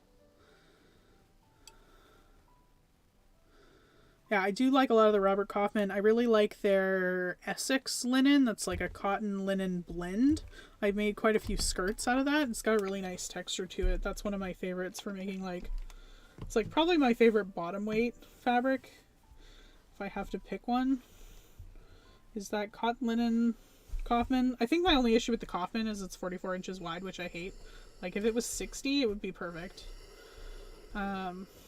I've thought about trying the one from Minerva, because that one is 60. So that might be on the list here soon. Try their Essex linen. Because they actually know where Essex is, so maybe theirs is good. I don't know. That's my logic, right? I don't really... I gotta work through the stash a bit, though. I do have quite a bit going on in the stash right now. I gotta work through my projects. I'm starting to get to that point where I'm getting ahead of myself, where I've got too many projects on the go, where I get like overwhelmed. I don't want to get too much farther ahead here.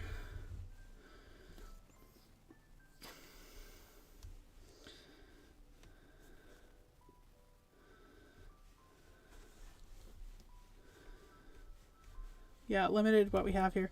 You might try it. I really like Fabric Mart. They are pretty reasonable, and if you can catch them on a sale. But yeah, it's sort of like, the unfortunate part about it is it's like they have, because it's dead stock, kind of like their linen isn't dead stock, but most of the other stuff they have is dead stock. So kind of, if you don't get it when it's there, you miss, which is annoying. So that's the only thing about it, that I find slightly annoying, because it's like, oh, if I don't get it now, I'm never going to get it. So it does have that sort of FOMO thing happening. But yeah, that's the only issue with it. But I buy a lot of fabric off of there, because they get me when they're like, oh, linen, like full linen, like for so little price, like, because their sales are wicked. So I have trouble.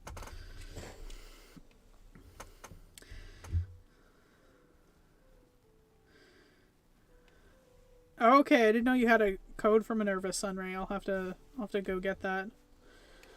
Give you the cred, because I know we were talking about it online the other day.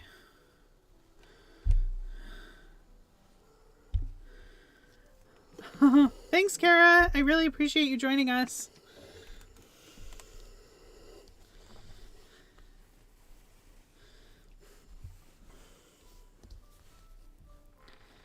Yeah, Serena, I love my novelty quilting cotton. Yeah, I do too. I mean, there's just no saying no to some novelty quilting cotton. I just think, like, I don't know. I feel like it's just like you have to know when, like, you're far enough along that you understand when to use the quilting cotton. I feel like most of my friends that have tried sewing during quarantine started with quilting cotton, and then they're like, why does this shirt look like a puff balloon? And you're like, because it's quilting cotton. So it's like, if you would have just got yourself some nice, like, cotton lawn or something, it would be fine. So it's like, it has its place. If you want to make a beautiful, like, fun darted dress out of it, brilliant. But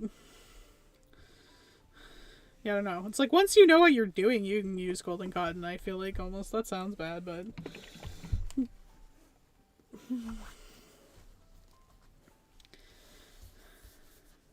oh, thanks, Carol. I appreciate you joining us. Yeah, I hope I see you next week.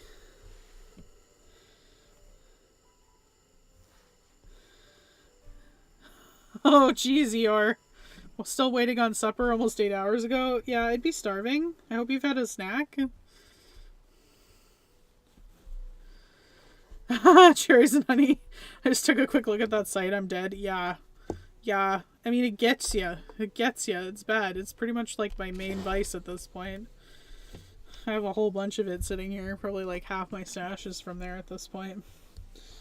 It'll get you. They'll be like, I'll have a couple of cute prints and then you're dead.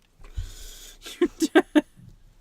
They'll be like 60% off and you're like, okay, take my money. It's fine.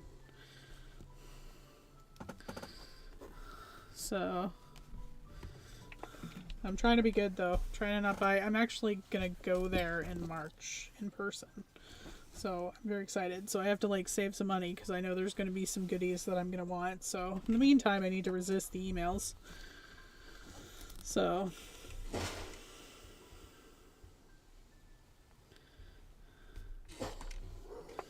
all right. Here we go. Yeah. So what my plan of attack is here.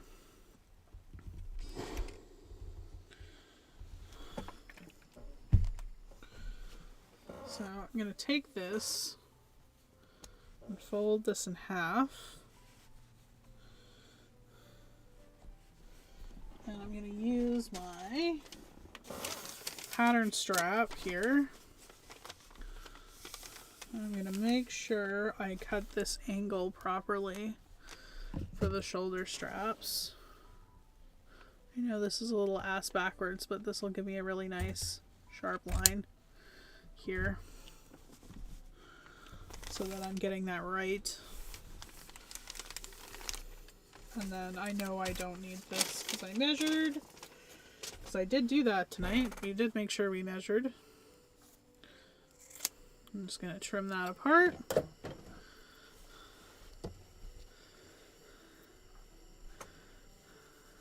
Ooh, you're smoking a couple turkeys? That sounds... I mean, it takes forever, but it sounds like it's going to be really yummy when you get there. I do love a smoked turkey. They do... Surprisingly, you wouldn't think of it in Texas, but it's like kind of one of my favorite things that they'll do at the Texas barbecue places is have smoked turkey. I usually actually like get it over the brisket in that. Let's not put the iron on the interfacing. That would be bad. Okay. Now we're going to do my favorite part, which is sewing some straps up here. It is 15 minutes before 9 o'clock. I might try and get a little bit more done before we're over, but if anyone has any like burning questions or things they want me to ask me before we're done in the chat here, I would love to hear them. So we get a little bit of a warning. I don't know how far we want to go tonight. I probably won't be on too much longer, so we have some things for next week. But yeah, I appreciate everyone hanging out. I feel like I mostly did ironing this time, but still having such allergies. Hopefully my voice will be better next week. Or I won't sound like I'm dying anyway.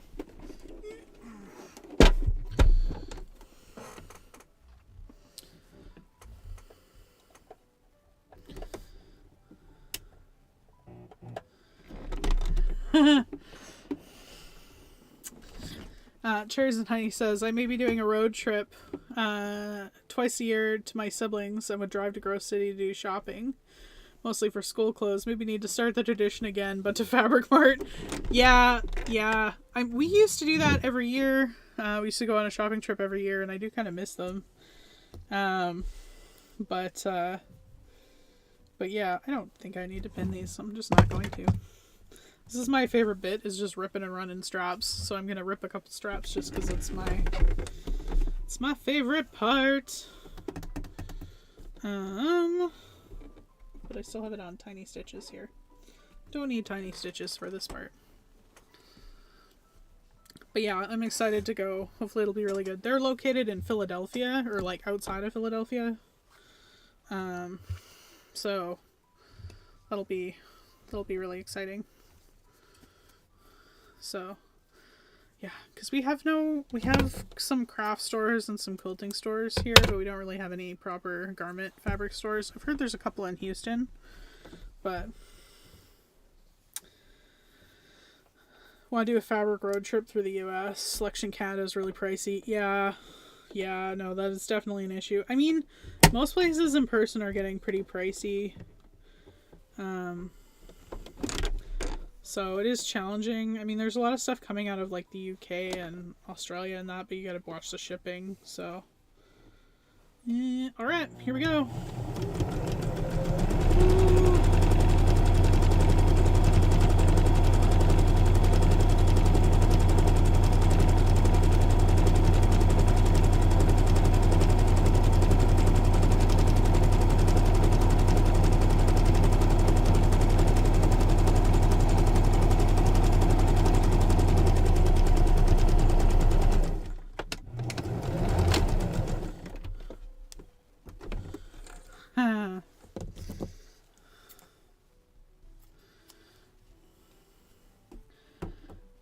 Yeah, it can also be hard to find what you want. Yeah, I mean, it is challenging here in the US even still.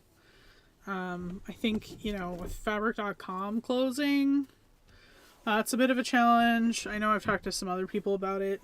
Because I think for me, like, I would buy a lot of my fabric from, like, say, a Fabric Mart or something like that, but then I still need bits and pieces, like, I need half a yard of power mesh, or I need, this or that. So it's that type of thing that really slows you down. Your fashion district has shrunk to almost nothing. Yeah. I mean, it's challenging to keep it going, especially we've seen a bit of a resurgence in sewing, but I won't make you guys sit through me turning that. I was about to sit there and turn that, but we're not doing that. We're just going to listen to some delightful me speed sewing here, but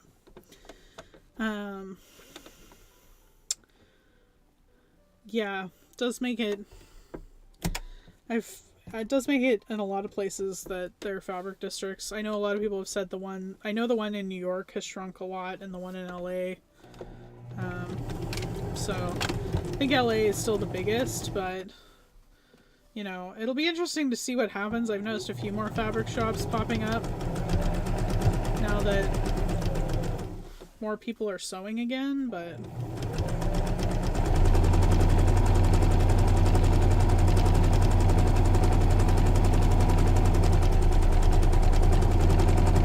ooh, I must iron that funny. Hold on.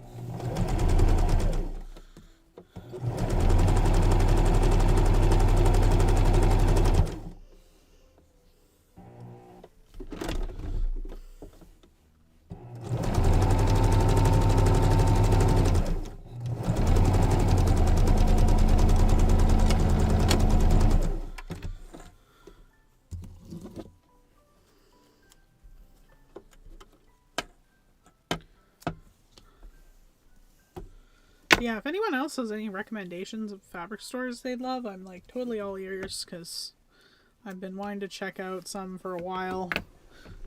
Just especially if you've got like places that are good for things like linings and if anything with knits where you need a certain stretch percentage is also really challenging to shop for online. So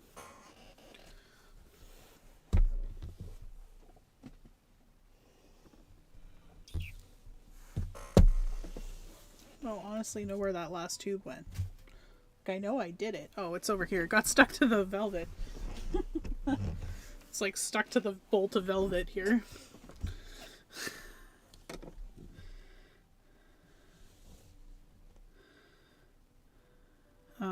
Yeah, Fabricland. Yeah, I remember shopping at Fabricland a lot. Many an hour was spent in Fabricland when I was a kid. So I've never heard of Fabric at Marshall's though. That's interesting.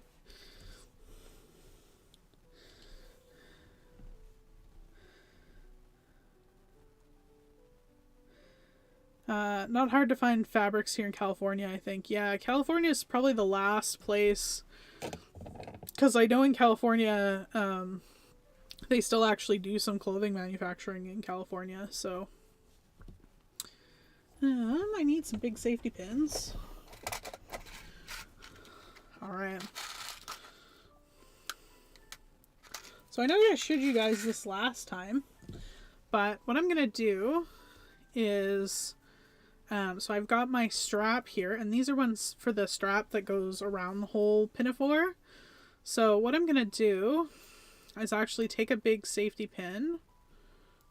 Have I used this one before and it's bent? There we go. And stick it on the inside here. So I'm going to thread it through like a few times and close it. And this way I'll have something to push through when I'm trying to turn this back out. So I know I've showed this a couple of times, but, you know, it's just my little trick. Because especially when you've got such a long strap, it's going to be a pain in the butt to turn it later. So it gives me something to sort of shove and slide through. The other strap is fine because I can just turn it out because both ends are going to be sewn into something. So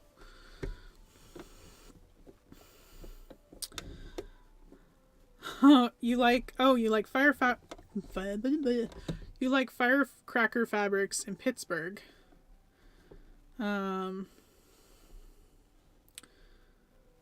Not as budget friendly as Fabric Mart, but they get lots of pretty fabrics and are shifting to do more garment fabrics. Yes, I've heard good things about Firecracker actually. I forget who was talking about it, but I do remember someone saying good things about it. And saying they did have some lining fabric, so I'll have to check that out. Yeah, Marshalls has fabric? Question mark, question mark. Yeah, that was me. Like, I've never seen a Marshalls that has fabric. It's like the same people that are like, oh, I find like yardage of fabric at the Goodwill, and I'm like, I have never seen yardage of fabric at any of our Goodwills.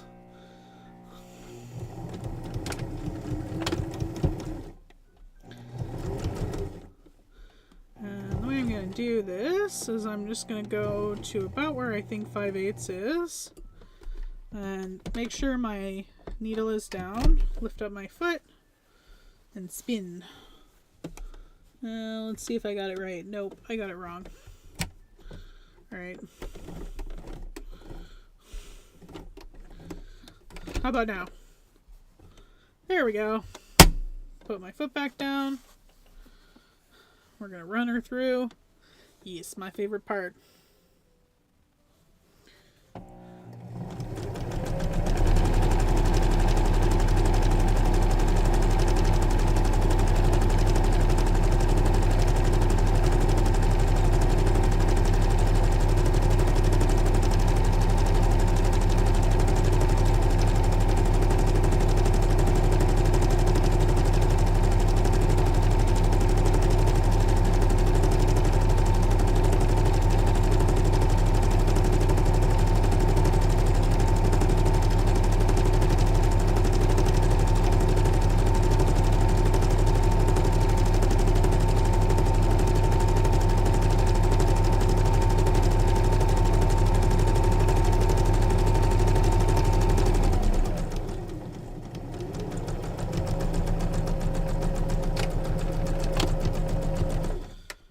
And I do like to back tack when I'm doing my tubes, so they don't come undone as I'm turning them.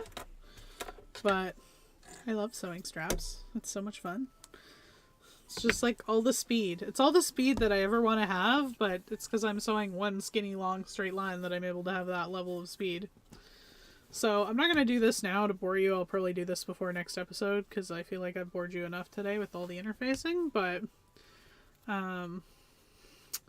yeah, so you can kind of see how you would shove that through. So you can just push the safety pin on through. Slightly more challenging with the interfacing. Wants to get it started here. Yeah. So you just kind of use it as the tiny chopstick. Doesn't want to go past the interfacing. There we go. Now it's getting started just fine. So you can see how it's pulling through now, like that. So I've got like the start of a little roll there. So now I'm able to just kind of work it through, like down the tube. And then just pull it up. Something like that. So I'll pull this all the way through. I'll do that off camera because we're coming up to the end here. So we have some tubes turned for next time. And then we can do some assembly next time, which will be exciting. I do have to ask you guys, so I've been looking at the assembly of the skirt, and I have to decide how I'm going to finish my skirt seams. That is not a safety pin. So I've been having the debate between just serging them and constructing it like last time, or if I should French seam it. I mean, this is mid-weight linen, but I could probably French seam it, no problem. So let me know, and let me know if that's something you'd want to see on camera, because I'm happy to do either way. I was just debating. I really can't decide. Like, I'm like, would I like the look of that? Yeah, I don't know. I'm like, do I care?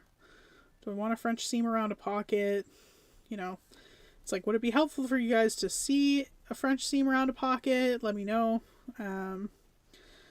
Because then I'll construct the skirt that way. That was the one thing I hadn't prepped, was kind of how those seam allowances were going to be. Because I just, like, honestly could not decide.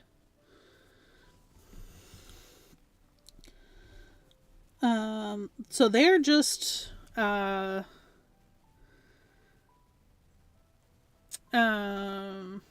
straps, so the straps on this pattern are sewn into the bodice, or into the lining. Yeah, they are sandwiched between the lining and the outer bodice. So that's why I have it marked so well on this lining, is so that I can see exactly where the straps go, so that they are even. So that's why that's like that, is just so that I can mark where the straps go. And yeah, so they'll both get sandwiched. So there's upper straps, and then there's the waist ties as well that get sandwiched. Well, thank you, Cherries and Honey. Yeah, I think it's a really helpful tip with the safety pin. I can't even honestly tell you where I got it from, so, because probably for a while, so, but I think it's really helpful, because I don't think, I have really big hands, so I don't know if I'd be able to, like, turn a tube otherwise. Be awful hard anyway. This is uneven. Just chop off this end here. Good enough. It's all gonna get hidden anyway. You guys can get a little bit more as last time through, a little strap ASMR. We're gonna be wrapping up here in a minute. I know it's 9:02, but I appreciate you guys staying and hanging out with me. For tonight, even though this was mostly a prep night, I hope it was somewhat helpful, and I hope you guys enjoyed hanging out, and I hope you'll join me next week, because we're going to continue the shenanigans. But yeah, I'm going to sew the strap, and then we're going to get out here. Alright, one more strap fun.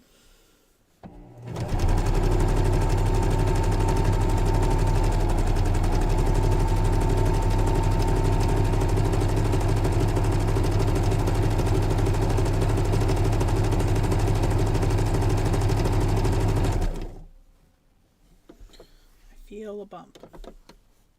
good. It's just this string pulling. Okay, there we go.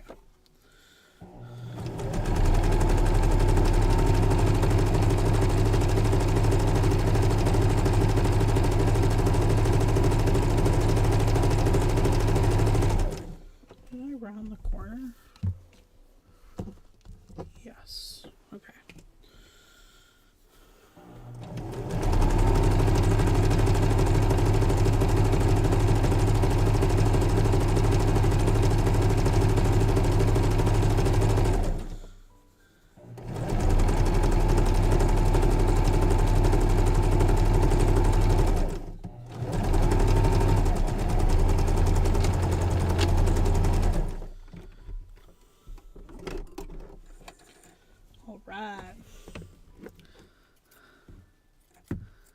Do so love doing straps. All right, so I got all the fun out of the way, all the straps together.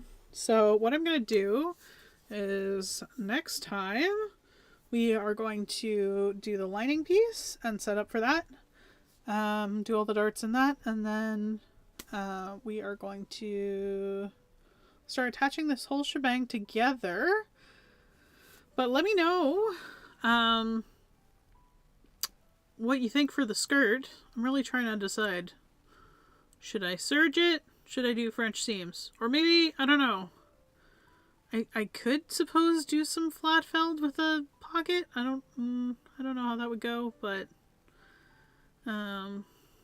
yeah. So we're about to sign off here. So let me know if you have any more final thoughts as we get ready to sign off. I hope you'll join me again next week. I know this was mostly a prep week, but I do really appreciate you guys showing up again tonight. And yeah, so we're going to continue. My guess is that we'll go for this week and next week. And then I'm probably going to have a poll up on, the channel maybe for the next project, maybe. Hopefully I'll get the new video up by then, so that's cool. Yeah, I'm not sure if we've got any more final thoughts here, but all right. So yeah, so we're at 9. Yeah. Okay, so this is good timing, and I'm perfectly happy with this. So again, thank you guys so much for joining me this evening. I hope you got some wonderful sewing done, and I hope you're having a great Sunday night. And it'll be same time, same station next week.